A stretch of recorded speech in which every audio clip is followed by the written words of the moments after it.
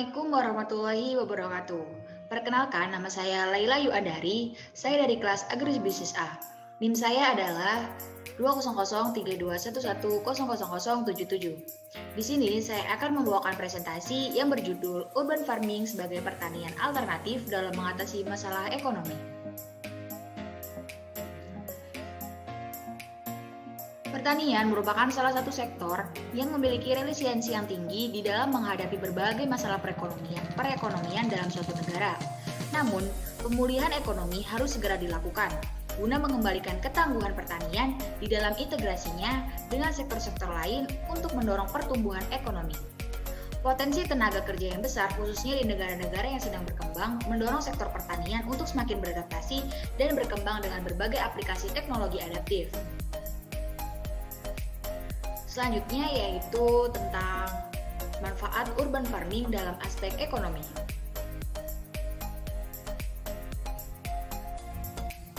Yang pertama yaitu stimulus penguatan ekonomi lokal, kemudian yang kedua yaitu pembukaan lapangan pekerjaan baru, kemudian yang terakhir yang ketiga yaitu meningkatkan produksi dan penurunan harga pangan.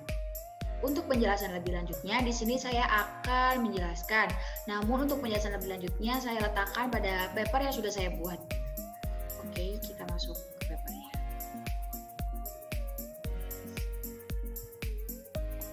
Di sini saya setelah membuat paper sesuai dengan judul dari PowerPoint saya, yaitu Urban Farming sebagai pertanian alternatif dalam mengatasi masalah ekonomi.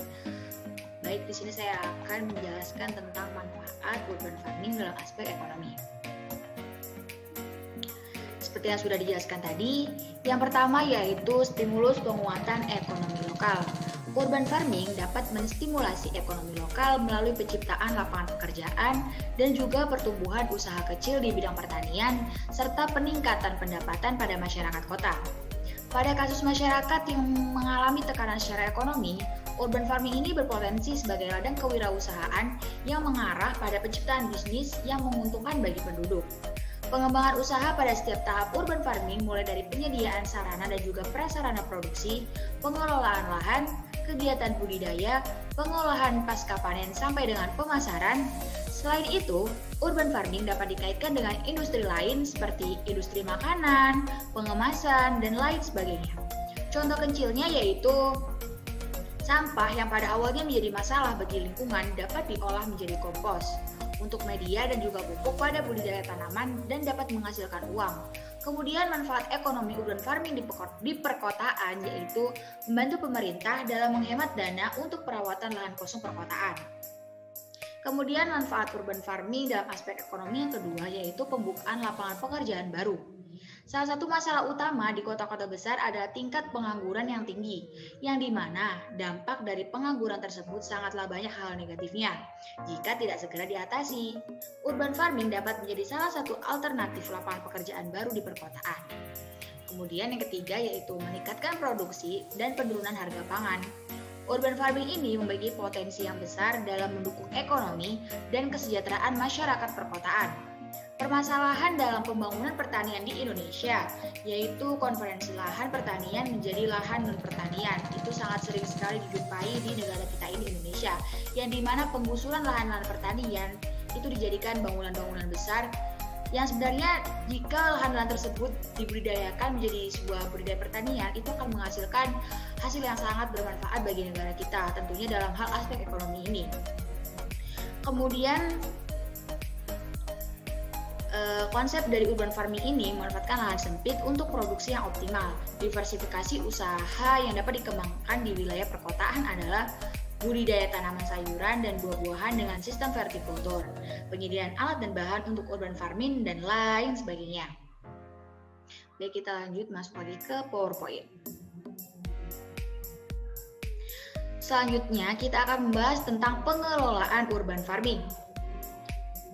Pengelolaan urban farming yang pertama yaitu metode vertikultur, yang dimana penerapan teknologi urban farming secara vertikultur dapat dilakukan dengan menggunakan paralon atau bahan lainnya secara bertingkat yang bisa dilakukan pada ruangan yang kecil. Beberapa jenis tanaman yang bisa dibudidayakan dengan metode ini diantaranya adalah sawi, bayam, seledri, dan kucai. Jadi untuk masyarakat kota tidak perlu khawatir lagi nih untuk pemanfaatan lahan jika kalian tidak mempunyai lahan yang cukup luas ataupun lahan yang kalian gunakan untuk metode pertanian ini cukup sempit, tapi kalian ingin mendapatkan manfaat yang banyak dengan lahan tersebut, kalian bisa menerapkan teknologi urban farming secara vertikultur ini. Kemudian selanjutnya yang kedua yaitu metode hidroponik. Penerapan metode hidroponik memerlukan peralatan yang lebih lengkap seperti talang, pipa, dan sejenisnya untuk mengalirkan air dan alat pompa air. Selain itu juga dibutuhkan juga berbagai bahan-bahan tanaman dan peralatan untuk mencampur unsur hara. Biasanya tanaman yang dapat diusahakan melalui hidroponik ini adalah pakcai, sayuran hijau, kangkung, dan tanaman lain yang perakarannya sangat pendek. Jadi untuk ibu-ibu kota yang ingin bercocok tanam tapi kalian tidak mempunyai waktu ataupun tidak mempunyai lahan yang cukup luas untuk melakukan bercocok tanam, metode hidroponik ini tuh sangatlah cocok, apalagi didukung dengan perkembangan zaman mengiringi semakin majunya teknologi yang ada. Kita juga bisa memanfaatkan metode hidroponik ini dari pantauan jauh dengan menggunakan teknologi Internet of Things. Selanjutnya yang ketiga yaitu metode aquaponik. Apa sih aquaponik itu? Aquaponik merupakan metode budidaya pertanian yang mengkombinasikan antara budidaya tanaman dan juga budidaya perairan, seperti ikan yang memiliki sifat saling menguntungkan. Beberapa tanaman yang bisa dibudidayakan pada metode aquaponik ini adalah pakcai, kangkung, selada, ikan mujair, emas, dan lele. Kemudian yang keempat yaitu metode wall gardening.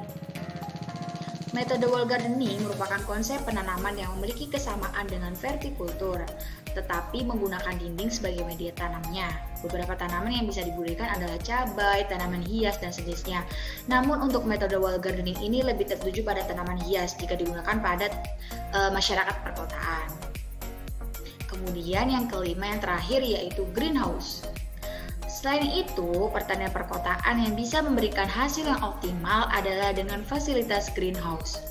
Greenhouse ini meningkatkan perlindungan tanaman dari intensitas hujan, sinar matahari, dan juga iklim mikro, serta mengoptimalkan pemeliharaan tanaman, pemupukan, dan irigasi mikro, sehingga mampu meningkatkan produk sayuran, buah, dan bunga yang berkualitas tanpa tergantung dengan musim.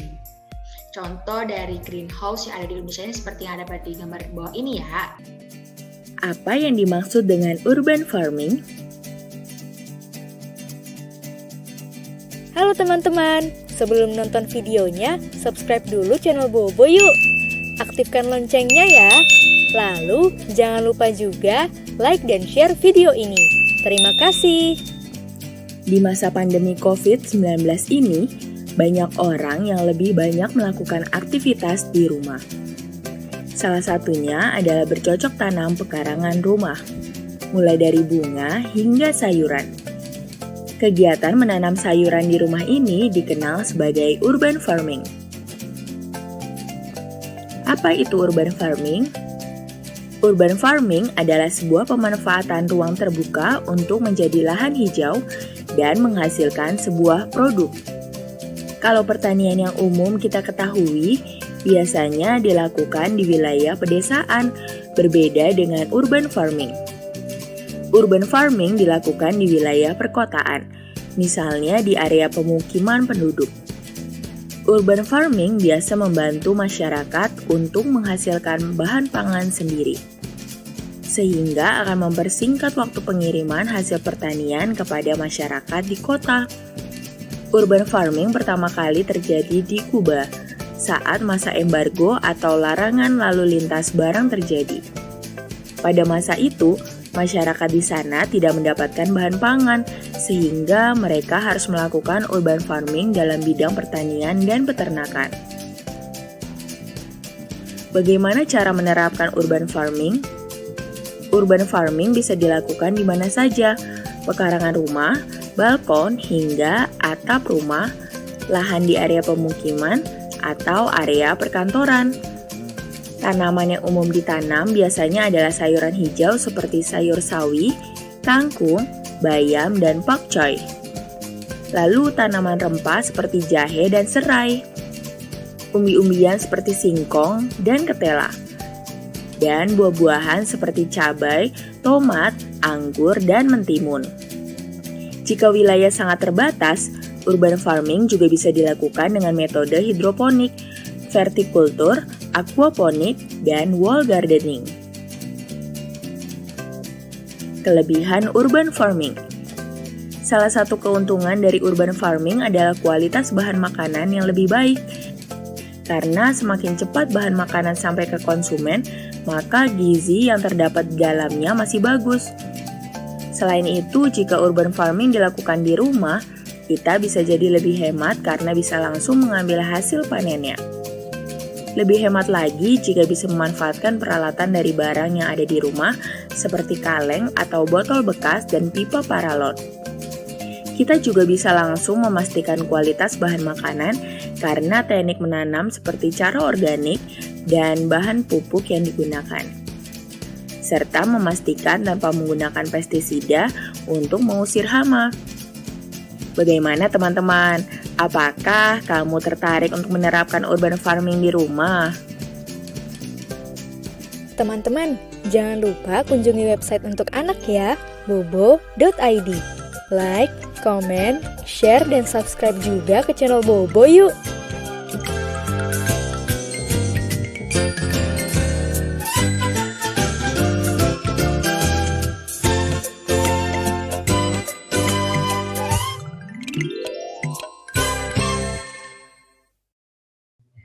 Kurang lebih seperti itulah penjelasan dari urban farming ini.